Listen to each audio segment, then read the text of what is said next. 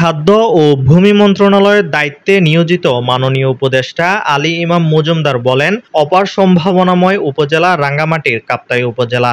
এই উপজেলায় সকল সম্প্রদায়ের লোকজন দীর্ঘকাল ধরে একসাথে বসবাস করে আসছেন। দীর্ঘ ৪ বছরের কাছাকাছি সময়ে কাপ্তাইয়ে কর্মরত থাকাকালীন সময়ে আমি এখানকার মানুষের ভালোবাসা পেয়েছি।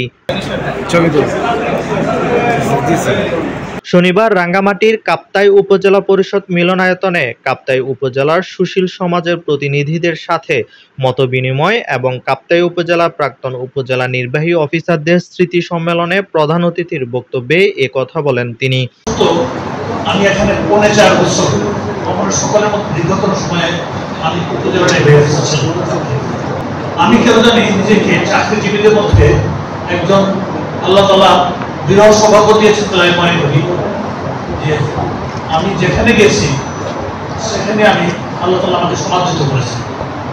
এবং এর জন্য কোনো কিছু আমার নয়, কাপ্তাইয়ে যে উপজেলার সাথে উপজেলার যে কথা বলে গেলেন, এখানকার সকলের কাছে আপন হওয়ার কাছে আমি কৃতজ্ঞ আপনাদের।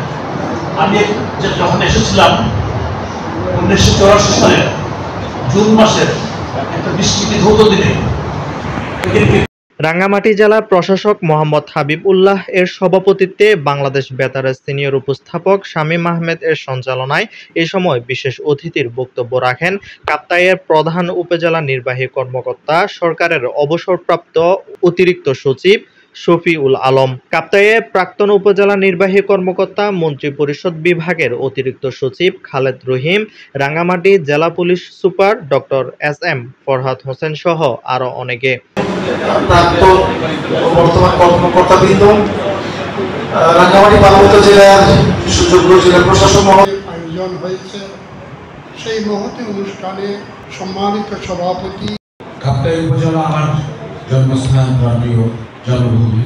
এই জন্মভূমির বিনিময় সভার সম্মানিত সভাপতি, রাঙ্গামাটির সম্মানিত জেলা প্রশাসক মহোদয়, সবার কাছে অত্যন্ত জনপদার্থী, অত্যন্ত প্রিয় এবং ভূমি মন্ত্রণালয়ের দায়িত্ব নিয়োজিত মাননীয় উপদেষ্টা জনাব আলী ইমাম মজুমদার স্যার, এক সময়কার প্রাক্তন। Desk report, Chittagong news.